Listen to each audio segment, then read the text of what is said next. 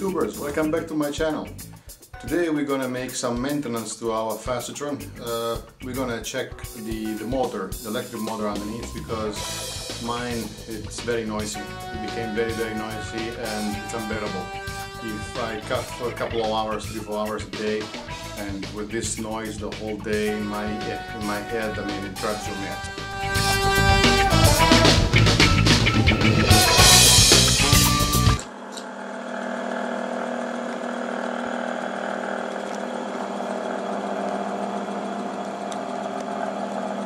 There is something wrong inside of it. We're gonna find out if it's the brushes or if it's some ball bearing, but I think it's the bearings. So let's start. But this applies, I think this tutorial will apply to any DC motor. So stay with me and I'll show you what to do if you have such a kind of problem. The guys Jarby Tools, they sent me a spare motor long ago. They've been very kind with me. I mean, they send it free of charge completely, but since I'm very far away, I don't want to push their goodwill, and I rather actually in this case I rather try a way to solve the problem myself. So I have two motors. One I keep as a second, as a spare, in a way that if one breaks down, I can fix it while the other one's still working. So this is my Facetron base, and I'll show you the way it is made underneath. I removed the original stand, the wooden stand they sell it with, and I make a hole into the desk to accommodate the machine, which is much more comfortable, at least for me. Alright, I got 220 volts version set in, and this is the motor. Okay, now what I did is I already put the spare motor in because I had to do some work with it while the other one was making too much noise. But I'll show you the way it's coupled together with the spindle, you know, through the belt. So to check when it makes noise, you first loosen up this screw here, so that you can remove actually this. You can loosen up the belt, and you find out, you spin them independently. You try to spin the spindle by itself and hear any noise, and then you switch on the motor and you hear if you got any noise, so you can discern if it's the motor the problem or otherwise it's the spindle. In this case I find out that the motor, the old motor was in it, was making noise without this spinning, so the problem is just the motor. So I removed these two screws, and then there are two screws on the flange to connect from the bottom, this plate here, to the motor. And I'll show you how does the motor look like once disassembled. When you operate underneath the machine, disconnect it from the power, from the socket in the wall, and notice the way the motor is connected. Now this one this is the old version motor. This one gave me some problems earlier, like 4 years ago. The brushes were finished, so Facetron, Jarby Tools, they sent me a new one which replaced this one. But in the meantime, to keep going working, I actually changed the brushes of this one. I had them make specifically for this kind of motor. So as you can see, this one, the old one, has a red and a black lead. So you connected the machine as it is, when you mount it. But whatever the color you got on the motor, just notice in which color they go inside of a machine. Okay, so you disconnect two leads, you take off these two screws, and you will have the motor in your hands, and then you have to remove the screws from the plate underneath, the only two on the machine, on the motor, and then you got the motor free. Okay, let's take these off that I used because I had to work. That's a replacement I always keep, so I can keep going, while the other one of the two is broken or need maintenance. So now that it's in the machine,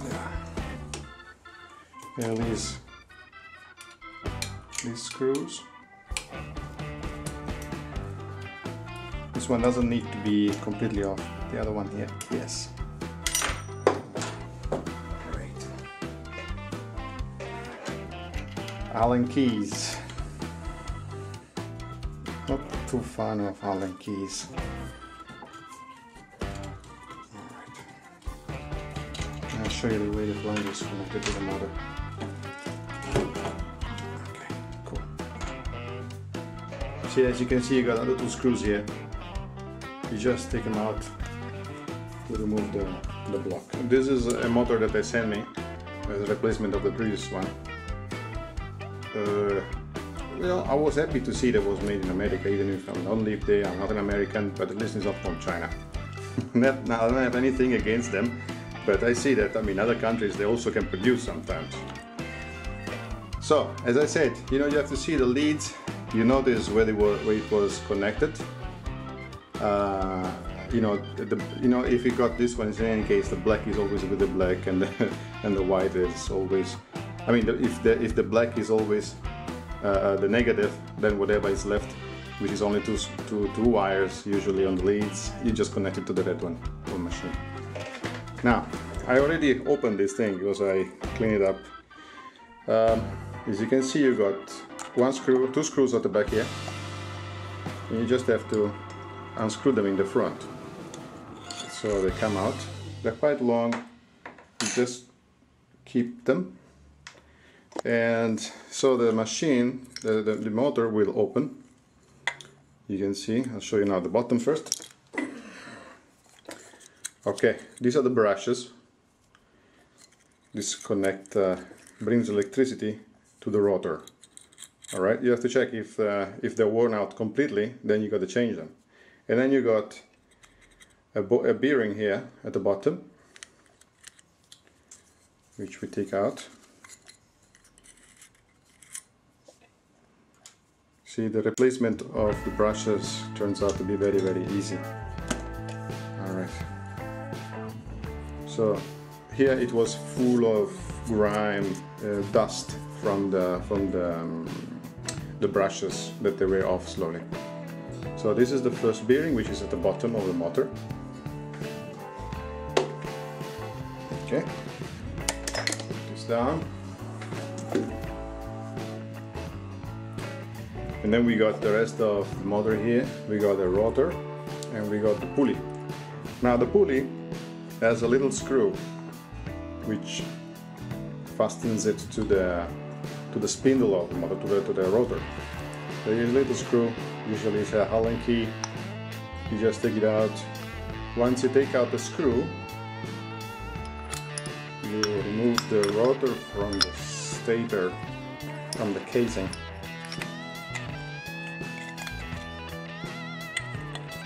Like that. See, these are the two big magnets. If this thing falls on the ground, the magnets breaks, the poles, they're going to multiply, and you're going to have big problems with the motor. So please take care not to drop it on the floor. This is the rotor itself, you see. The brushes against this element here, which wears them off slowly. Okay, so we got the bearing in the front here on the top, and we got this pulley. So you remove the pulley. To remove the pulley, you're supposed to hold this one and then knock. Once you remove the screw from the pulley, you knock the spindle down slowly so that the pulley comes off. And then you're free to remove the cover of the motor. And you got the other ball bearing on the other side. This I had to clean it. It was black from all the dust of the brushes. Alright, I cleaned it with a WD-40, so it's also protected and lubricated. Okay, we come back to this because we'll find out which bearing is actually worn. Okay, so this one comes out. Either you find it on the spindle of the rotor, or otherwise you find it in here. It's very easy to remove in any case. Okay, this is the top bearing. This is the top bearing. Okay, now we saw that the brushes are not finished. They are in very good condition. I'll show you again. I'll show it to you again.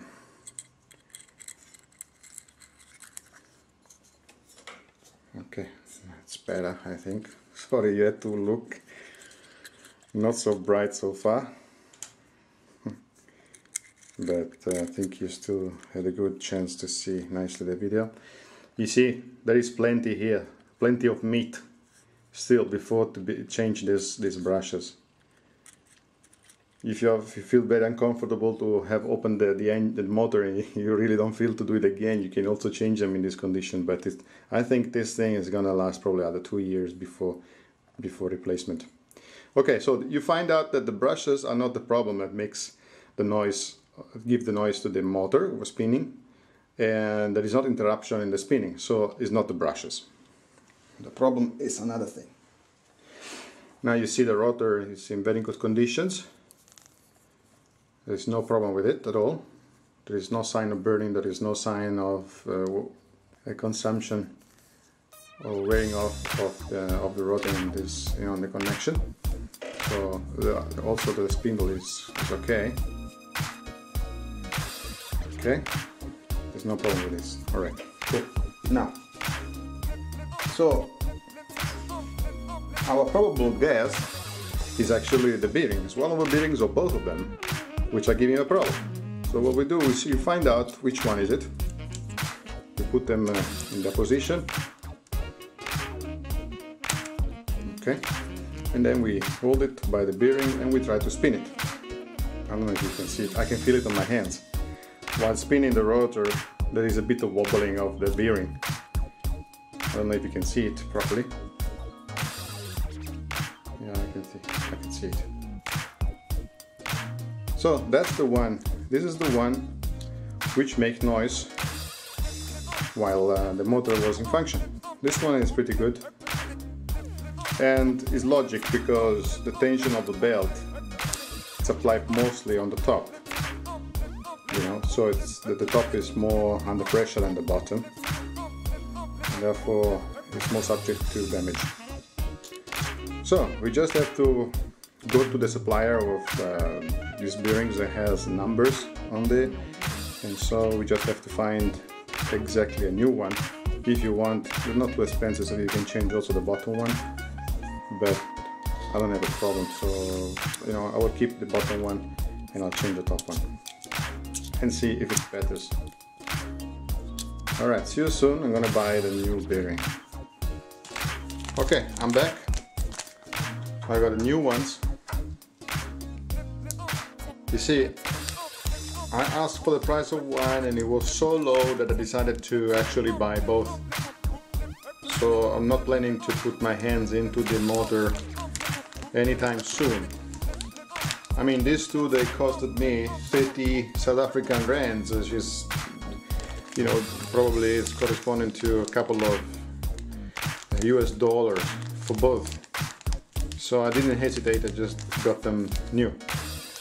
So we just put together the motor again and we hear the way it works. So these bearings are completely sealed, don't require any lubricant. So we start from the bottom one.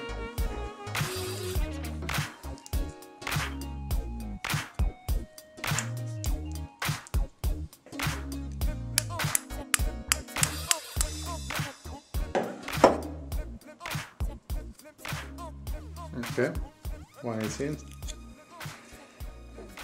Now the tricky part is to slide it inside here, but I need a better position.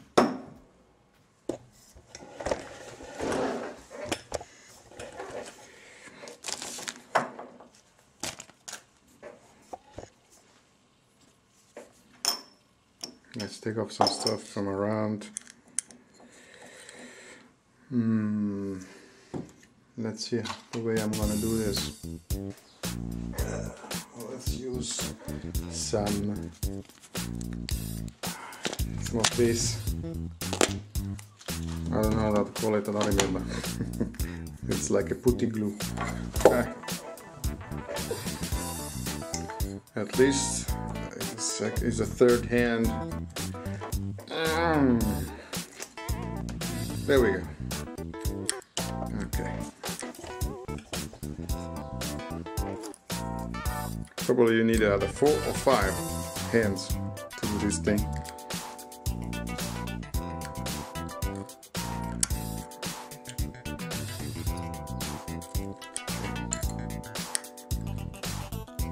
And we're lucky because there are other engines that they don't actually come apart like this.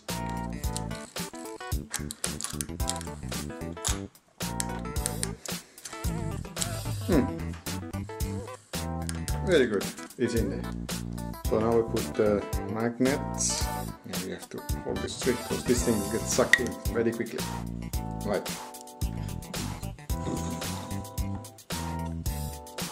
Okay. The starter is in. Now we put the other bearing.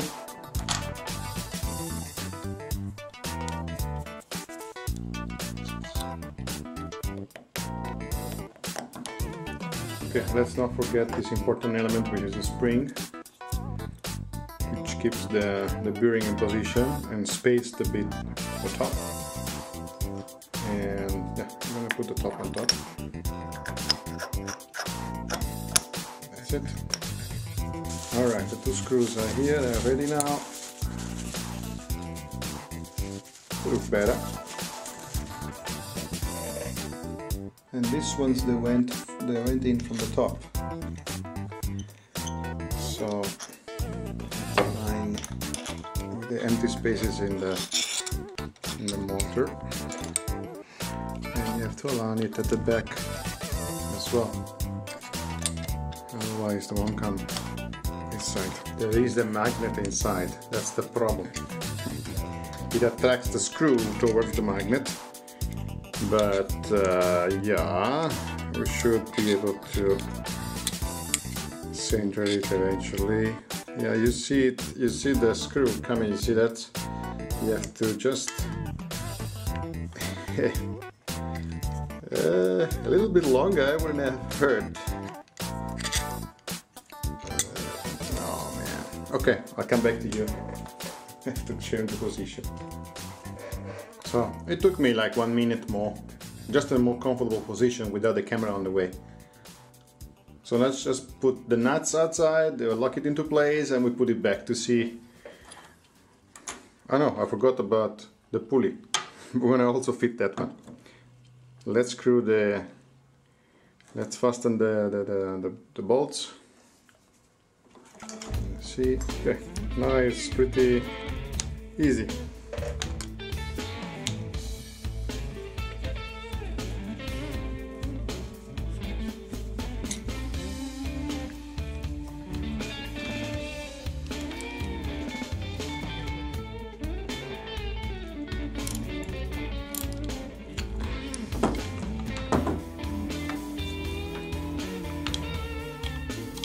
Second one.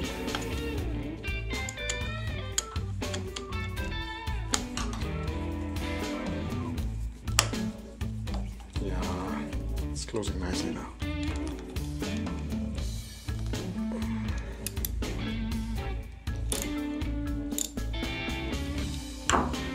Okay. So the body of the motor is done. You don't have to over tighten them, just solid tight. Okay, so last but not least, it's our pulley. See, the hole is there, the hole is here, so we just want to put it exactly on the same spot. It's not strong enough. Just have to help it down a little bit.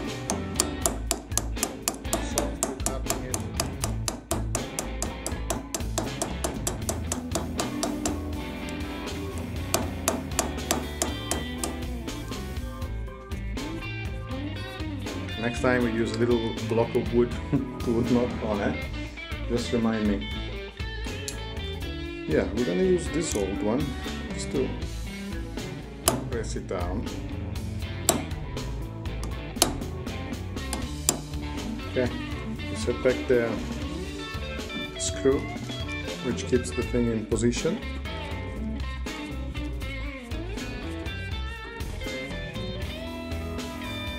Okay, we put it back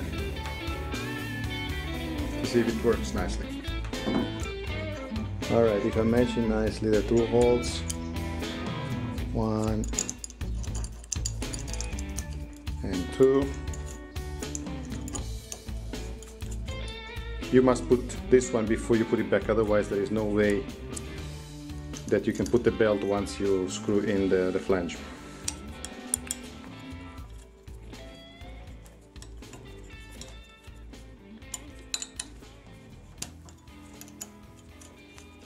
Let them go, tighten them together at the same time.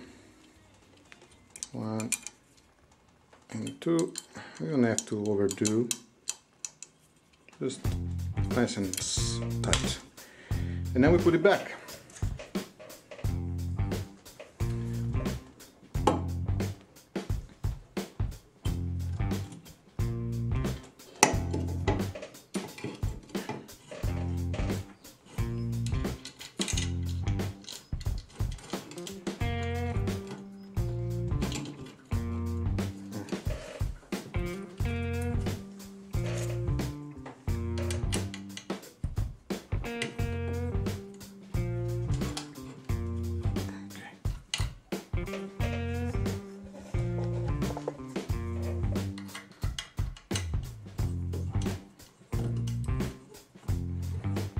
Okay, don't pull it yet, because that is your pivot. Okay, I suggest not to put too much pressure into the motor, because I observed that if you put too much pressure, the brushes of the motor will wear off much quicker and unevenly. So just a little bit more than its own weight to have this thing tight so it doesn't slip too much. Okay, we connect the leads again and then we try. As you can see, I connect back the leads and I plugged back the machine into the wall socket. So let's find out if we solve the problem. Yes.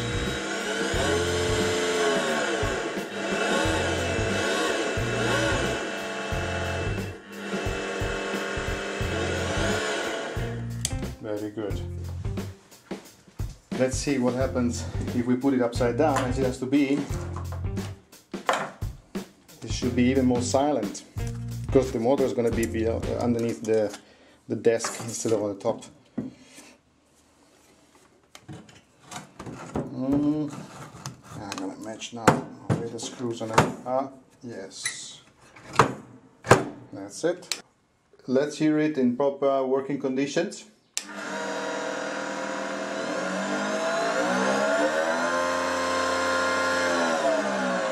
There is a big improvement, but I think that these bearings here, they have to be replaced soon. But let it work on my nerves a little longer, and we're going to change them. I'm not going to do it in this video. This video was about the motor. Okay, that's it. That's how to maintain a Facetron electric motor, or probably any other DC motor that you can find around. More or less they're made all the same way. I'll show you the previous one. This is an original one, old style. As you can see, there is only a bottom and a top, and there is no split. So when you're gonna put back the brushes in, it's gonna be like a nightmare, unless you remove also the top. But yeah, you know, that's the time that I serviced this one, I really struggled to fit back the brushes. Alright, thanks a lot for watching. Like if you like and subscribe. And God bless you, and see you next time for the next video. Thank you. Bye bye.